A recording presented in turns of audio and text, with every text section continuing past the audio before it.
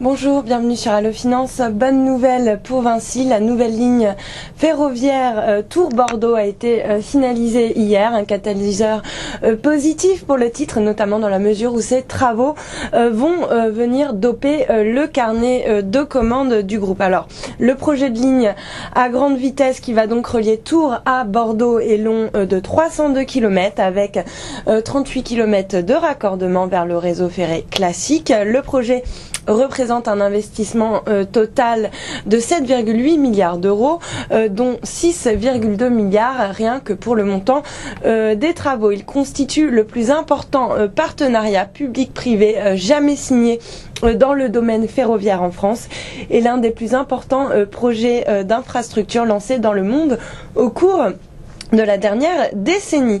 Ce grand projet, donc un enjeu économique majeur d'ailleurs pour le Grand Sud-Ouest et pour le réseau ferré à grande vitesse en France, devrait être reçu positivement par le marché. Certains investisseurs craignaient en effet que ce projet soit indéfiniment retardé, voire même annulé. Alors Vinci est à présent en mesure d'intégrer au carnet de commandes sa part de travaux estimée à 4,1 milliards d'euros dans ce projet ferroviaire. Celle-ci devrait donc gonfler le carnet de commandes de 15% environ par rapport à fin mars 2011, un carnet de commandes qui devrait atteindre 26,6 milliards d'euros, ce qui représente environ les 3/4 du chiffre d'affaires de l'année dernière.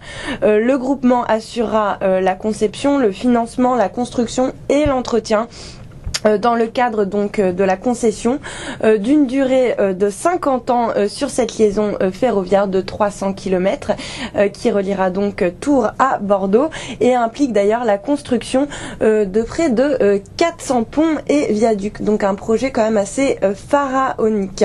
Les travaux commenceront au S1 2012 pour une mise à disposition à partir de 2018. Alors à partir de 2018, le groupement sera rémunéré par les recettes versées par les compagnies ferroviaires qui utiliseront la ligne. À sa mise en service, on estime que 20 millions de passagers pourraient utiliser la ligne qui, au terme de ces 6 années nécessaires à sa conception et à sa construction, mettra Bordeaux à 2h05 de Paris contre 3h actuellement. Dans un marché baissier en repli actuellement de 1,23%, Vinci surperforme légèrement la tendance et recule de 0,87% à 41,64 €. Pour notre part, nous restons à l'achat sur cette valeur. Le titre perd un petit peu plus de 7% sur un mois quand le CAC lui affiche un repli à peu près équivalent de 6,5% sur la même période. Alors, il faut savoir que le bêta est à 1,12, donc il est supérieur à 1, ce qui veut dire que le titre est considéré comme cyclique et replique donc les variations de son indice de référence. Et pourtant, les fondamentaux et les perspectives restent bien sûr favorables pour le groupe de BTP. Le cours continue d'offrir une valorisation attrayante et offre actuellement un bon point d'entrée. On maintient donc notre objectif à 51 €. Je vous rappelle que le titre cote à 41,64 €. Voilà pour Vinci. À très bientôt sur Allo Finance.